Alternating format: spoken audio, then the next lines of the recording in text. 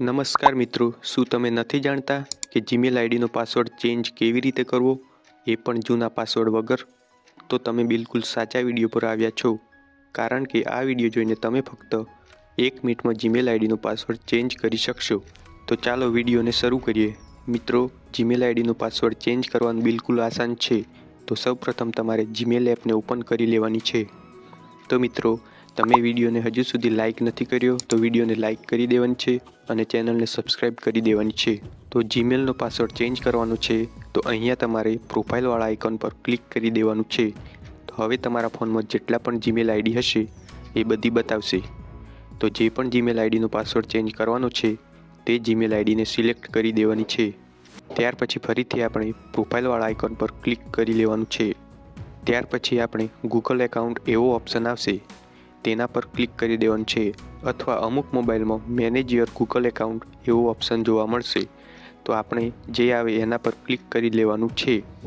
ત્યાર પછી આપણી સામે આવું પેજ આવશે.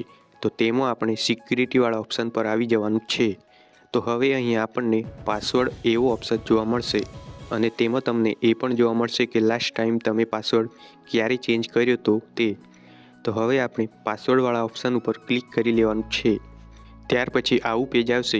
તો તેમાં તમારે તમારો સ્ક્રીન લોક કે ફિંગરપ્રિન્ટ અથવા તમે પિન નાખી શકો છો. તો હવે અહીંયા આપણી સામે નવું પેજ આવશે. હવે નવો પાસવર્ડ બનાવવાનો ઓપ્શન આવશે અને એ પણ જૂના પાસવર્ડ વગર. તો હવે આપણે 2 વખત સેમ પાસવર્ડ બંને ખાનામાં નાખી દેવાનો છે. આપણે જે પાસવર્ડ રાખવાનો હોય તે. કન્ફર્મ પાસવર્ડમાં પણ જે ન્યૂ પાસવર્ડમાં પાસવર્ડ નાખ્યો તે જ પાસવર્ડ નાખવાનો છે. ત્યાર પછી નીચે ચેન્જ પાસવર્ડ ઉપર ક્લિક કરી લેવાનું છે.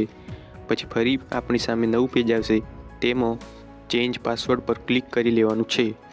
તો હવે આપણે પાસવર્ડ ચેન્જ થઈ જશે. તો હવે આપણો પાસવર્ડ ચેન્જ થઈ જશે અને આપણને ગૂગલ તરફથી મેલ પણ આવી જશે કે તમારો પાસવર્ડ ચેન્જ થઈ ગયો છે. તો મિત્રો, આ વિડીયો ઉપયોગી લાગ્યો હોય તો કોમેન્ટમાં એક થેન્ક યુ કે થેન્ક્સ લખી દેજો અને વિડીયોને લાઇક કરી દેજો. અને રોજના આવા ઉપયોગી ગુજરાતી ભાષામાં અને સરળ રીતે સમજાય તેવા વિડીયો જોવા માટે અમારી ચેનલને સબસ્ક્રાઈબ કરી દેજો. Thanks for watching.